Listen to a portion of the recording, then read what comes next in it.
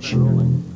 Oh, we've done the hard part. We did the hard part, you and me sitting face Having to to face. talk about things that nobody knows about. It's a lot easier now, believe me. So, the tour started last week, huh? How's it been going? It's been going fantastically.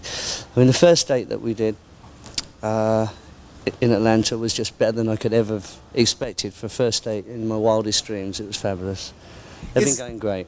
Is it tough to, now you were on the road last with the firm, is that right? Yeah, yeah. Is it tough to sort of get back, or is it like coming back onto a bicycle or swimming or something like that? No, well, you see, of course, when I said about the first date being better than what I could ever have hoped for, obviously there's so much preparation that goes into something like this, you know. Hardest part really being the actual content of the set that you're going to play. I mean, we were rehearsing so many songs before we came over here, trying them out to see which ones would feel good to play. And obviously there's all this work that goes into it, all the pre-production work, and it's the first date that is really the one that lets you know whether everything you've done, all this work you put into the show, whether you got it right or wrong, and it's obvious we got it right. So that was really rewarding. How different is it touring these days from the past? I mean, technology certainly has improved, but is it different on the road for you? Well, as far as the show goes, I mean, we've got a lot more technology in that. I mean, you mean, is it wilder or not? Yeah. The audiences are as wild as they used to be. How about that? What about off stage? I mean, you're known for some road antics. Have you settled down a little bit from that, or have you matured? Or I'm quite a quiet guy, really. Throwing in the towel, isn't that lovely? Grabbing the towel. Come on, we haven't only just started the tour. Yeah. What about off stage? Is it calmer now? I mean, is it a different kind of thing? I'm usually practicing the guitar all the time. You know, I think there's rumours that I never used to play the guitar, and I assure you I do now. So you're not throwing any television. Unfounded rumours as well, but you know how rumours are. So you're not throwing any television sets out the window of the Biltmore? No, it gets too expensive. What have the fans been like? Have you gotten a feel for what the audience is? Are there all ages? Are there people that are just here for the solo album? Obviously, there are a lot of Zepp fans too. Well, yes, obviously there's a lot of Zepp fans, but I'm surprised at how many young people are here. You know, in their teens. It's a lot of. It makes up primarily a lot of young people, which is really nice. You know, it's good. Very musically orientated people are coming though, rather than you know, image type rock people. Now I understand the show is close to 2 hours long, over 2 hours. Physically, how are you bearing up? Oh, easy.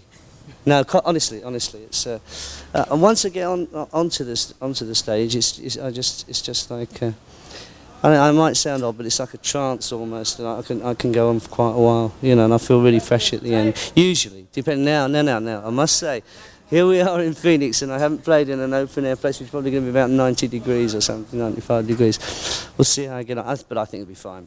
How is the set structured? What can we expect? What can the fans out there expect? I mean, obviously. Let's wipe away some of this. Go ahead. Arizona mildew, yeah. Right. Now the set. What's it constructed of? It's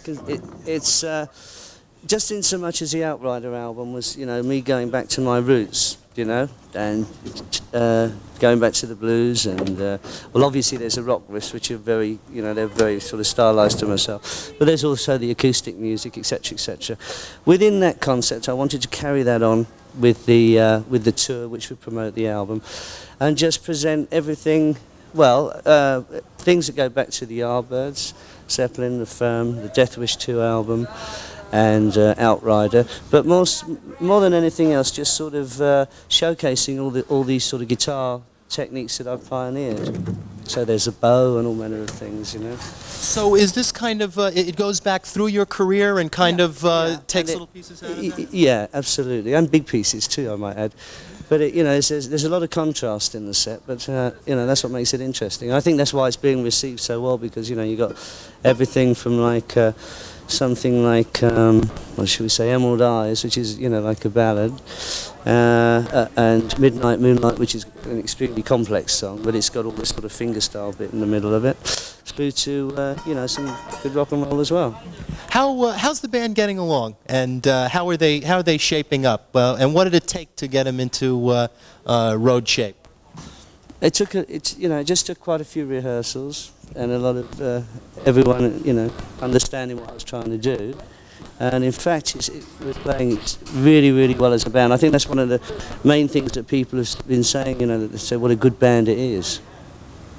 Tell me about Jason Bonham. What's it like having him back there? Well, it's great. That's why I got him with me. You know, I mean, I knew he was going to be good. That's why I got him. Does he remind you of his father? Is he different? Is he the same? I just mean musically, personality-wise. Well, there's certain aspects of his demeanour which are similar. I mean, he's from the same blood, you know. He plays great, and he's improving all the time, which is what I knew he would do. What about John Miles on vocals? Now he played. Go ahead. Sorry. I wish we could have done it inside. Okay. We'll put on the air conditioning. Then we'd have lights anyway, right? So, right, John Miles. He sang on half. Well, I think he's one of the great, you know, one of the super surprises of the whole show for people that watch it, because he handles all of the vocal styles of. Well, vocally he covers everything so brilliantly, and with his own style as well. But I don't, you know, there's no disappointment. I don't think the fact that, you know, maybe other singers aren't there. Believe me, he's a fabulous singer. I mean, I'm just, he's knocking me out every night. Totally, I love the guy. He's fabulous. Is there a Zeppelin factor here? Obviously, there are people showing up who are Zeppelin fans. How are you dealing with that legacy? I know you play Stairway to Heaven. For a start, I mean, I wrote the music of Zeppelin, so I deal with it very simply by playing it. But also, with the tracks that we're doing, I've rearranged them, which is something I said I'd do in the past. You know, slight rearrangements just to make them a little different to the way that people remember them. But they're basically there. You can tell it's a number, but there might just be a little thing here or there just to surprise you. What about Stairway to Heaven? Is that that's basically the climax of the show? Is it tough to play that song, or is it fun to play that song? It's much easier to play it as an instrumental with the people that love the music singing it, or the people that love the song singing it, which is what's happening. The audience sing it, so you know, it's great. I love playing it as instrumental. Is the guitar part rearranged, or? No, okay, that's rearranged in so much as it's an instrumental.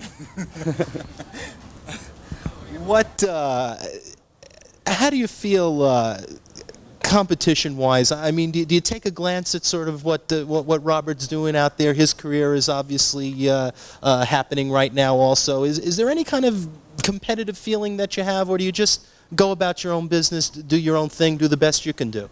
Well, to be perfectly honest with you, I always have gone about doing what I, you know, do myself. I'm not that really. I mean, I can't be bothered about worrying about what he's doing. Yeah. He's got his own career, and he deals with it the way that he feels best. I deal with mine the way I feel best. Just on another subject completely, how do you feel about commercial endorsements? He's doing a Coke commercial right now, and it seems to be giving him a lot of exposure. How do you feel about it? Do you have a feeling one way or the other about these things? I know what my feeling about it is, but most of the people that I've spoken to seem very, very disappointed that I mean, I'm talking about, you know, people that I met, fans and that, who say, oh, Robert came through here not so long ago, and they start talking about the Coke advert. I don't. And they say that it seems, you know, it seems such a shame that Zeppelin never sold out all the way down through their whole career. That suddenly, given the slightest opportunity, there he is, you know. Yeah, but, you know, as I say, everyone deals with things, you know, their careers and the way they want to be accepted, the way that it's best for their own conscience to live with, you know. The way that I'm doing things, I'm quite happy. And again, the Zeppelin reunion rumors, I just feel obligated to ask about this every time. Anything new on that front? Or, I mean, is this something that you deal with every day, or are you just not thinking about it right now? Something I deal with every day in so much as I'm asked about it, you mean? Exactly. I'm asked about it maybe once every 3 days. No, there isn't any plans at all at the moment. And what about now? I understand how, The thing is, no, there isn't anyway. I'm not going to go into it. but getting back on stage, playing like this again. Is there a comparison in your mind? Do you compare to other times, or is this something that you're taking on its own terms? No, no, not at all. I mean, there's no comparison. This is what's happening now. You know, I just don't keep relating back to the past. Anyway, that there's any relation to the past, but then the past always relates to the future anyway. One minute something is past, it's now, you know, it relates to the future, history-wise. You know. No, that's it. That's the only part about it. I play for the now moment. I always try and change what I'm playing on stage every time I'm there. You know, I don't play the same solo or anything.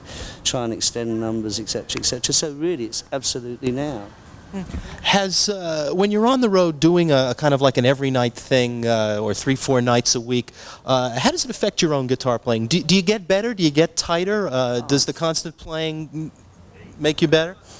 Well, I put myself under pressure to be better every night anyway. That's the sheer fact. If I wanted to take it easy, I'd play the same solo in every song, but I'm not like that. I never have been, you know. And yeah, obviously it's getting better and better and better. How did you feel about the reaction to the solo album, your first ever? You got some nice reviews. I mean, you can't really say it's been a chart smash, but certainly it's gotten some nice attention. How do you feel about it? Are you ready to do another one? Do you have more ideas? What are your reactions to it? Well, as I said before, the reason why I did that album was because I wanted to go back to the basics. It's the first album, and that's why I wanted to present myself as the first album out. And that was done for a specific reason, so that this tour, and the sort of material I'm playing in this tour, would be part and parcel of the same thing. Some people may not have understood what I was doing on that. They may have expected, just because it was me and there's so many bands which have been inspired by Zeppelin, we'll say, for me to do some form of corporate album straight off, which I didn't want to do that. I wanted to do it the way that I felt best. However, when it comes down to the next album, yes, I'm going to approach it in a totally different way, and it'll sound totally different, and the music will be totally different. One thing I can tell you about it is I'll be playing guitar on it. Have you ever thought about singing? I've thought about it, and that's about it. And one last thing. Are you going to be playing yourself in the movie of the Pamela DeBar book? No, I'll let Michael DeBar do that. Thank you, Jimmy.